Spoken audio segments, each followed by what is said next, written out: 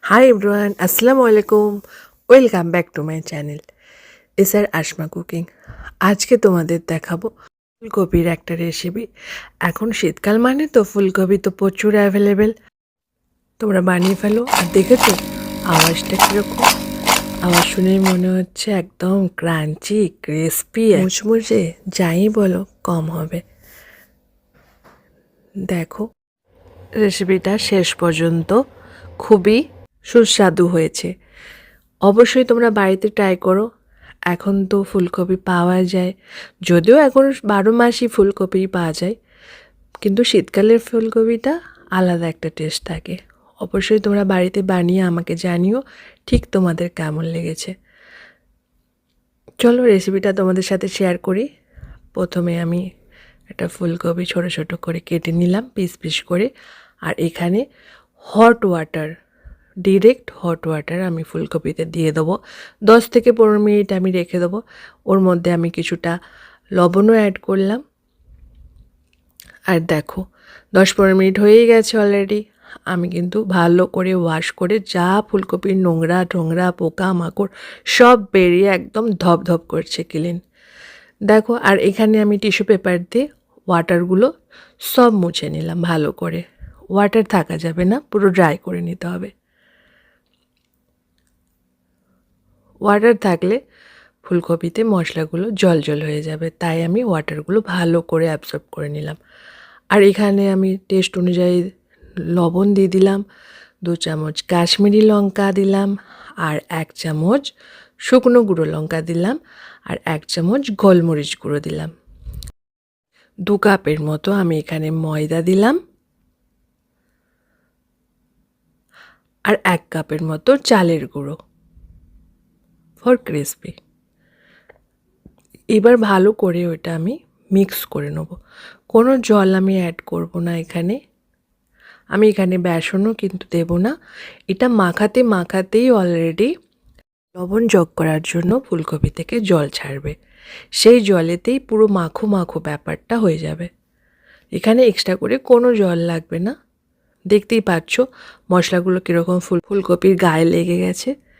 দেখতে পাচ্ছ? দেখো সব মশলাগুলো খুব সুন্দর ফুলকপির গায়ে লেগে মেখে মেখে গেছে। একটা মাখা মাখা ব্যাপার হয়ে গেছে। এটা অবশ্যই আমরা মশলাগুলো মাখিয়ে আধ ঘন্টার জন্য রেখে দেবো। তারপরেই এই মাখো মাখো ব্যাপারটা হবে। চলো এবার আমি ফ্রাইং করি। এই ফ্রাইং প্যান বসিয়ে দিলাম। আর এখানে আমি সানফ্লাওয়ার অয়েল দিয়েছি 500-র মতো। একদম ডুবো তেলে ভাজতে হবে ক্রাঞ্চি অ্যান্ড ক্রিস্পির জন্য।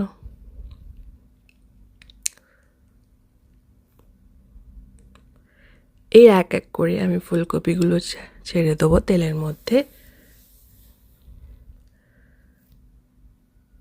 গোল্ডেন ব্রাউন অবধি অপেক্ষা করব।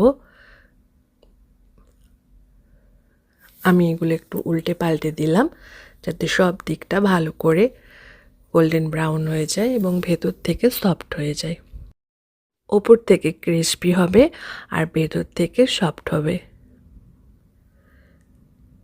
এটা খুব ভালো খেতে হয়েছিল, মানে এত সুন্দর, না খেলে বোঝা যাবে না। তোমরা প্লিজ বাড়িতে ট্রাই করো, আমার রিকোয়েস্ট তোমাদের। তোমরা বাড়িতে অবশ্যই ট্রাই করে খেয়ে দেখো। এটা একটা খুব সুন্দর ক্রিস্পি ক্রাঞ্চি একটা রেসিপি এবং স্ন্যাক রেসিপি। তোমরা চায়ের সাথে ইভিনিংয়ে স্ন্যাক হিসেবে নিতে পারো এবং গেস্টদেরও দিতে পারো। খুব ভালো লাগবে সবার, কথা দিচ্ছি।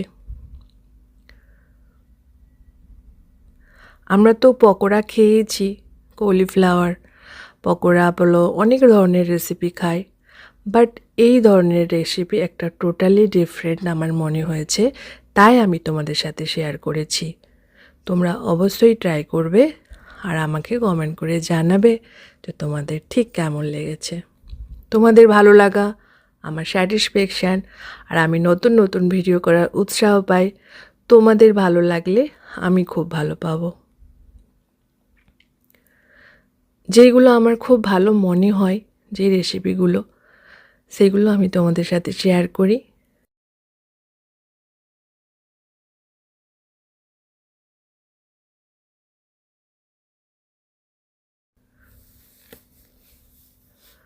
অনেক ইউনিক ইউনিক রেসিপি আসতে চলেছে তোমাদের জন্য। তোমরা প্লিজ আমার ভিডিওগুলো ফলো করো আর সাবস্ক্রাইব করো, আর পাশে যে বেল বাটনটা থাকে ওটা তোমরা প্রেস করে দিও, যাতে করে আমি আমার ভিডিও আপলোড করার সাথে সাথে তোমাদের কাছে পৌঁছে যায় আর তোমরা দেখতে পারো। দেখো আমার ফুলকপিটা কীরকম হয়েছে দেখতে। এটা তোমরা পকোড়াও বলতে পারো, প্লাস পপকর্নও বলতে পারো, অ্যাজ ইয়োর ওয়েজ। আমার আমার তো লাগলো পপকর্নটা দিলে ভালো হবে, তাই আমি পপকর্নই দিয়েছি। কুরকুরে বলো, ক্রাঞ্চি বলো, ক্রিসপি বলো, মুচমুচে বলো, যাই বলো, পকোড়া বলো, পপকর্ন বলো, তোমাদের উপর ছেড়ে দিচ্ছি। নামটা তোমরাই সিলেক্ট করে আমাকে কমেন্টে জানিও, এটাই বেটার। আমার ভালো লাগা তোমাদের কাছে বলেছি, তোমাদের ভালো লাগাটা আমার কাছে বলো। এই কেচাপ দেওয়ার ফলে আরও এর স্বাদটা অসাধারণ লাগছে। তোমরা বাড়িতে অবশ্যই ট্রাই করো, করে আমাকে জানিও। প্রত্যেকবারের মতন তোমরা ভালো থেকো, সুস্থ থেকো। আল্লাহ হাফেজ, টাটা, বাই বাই।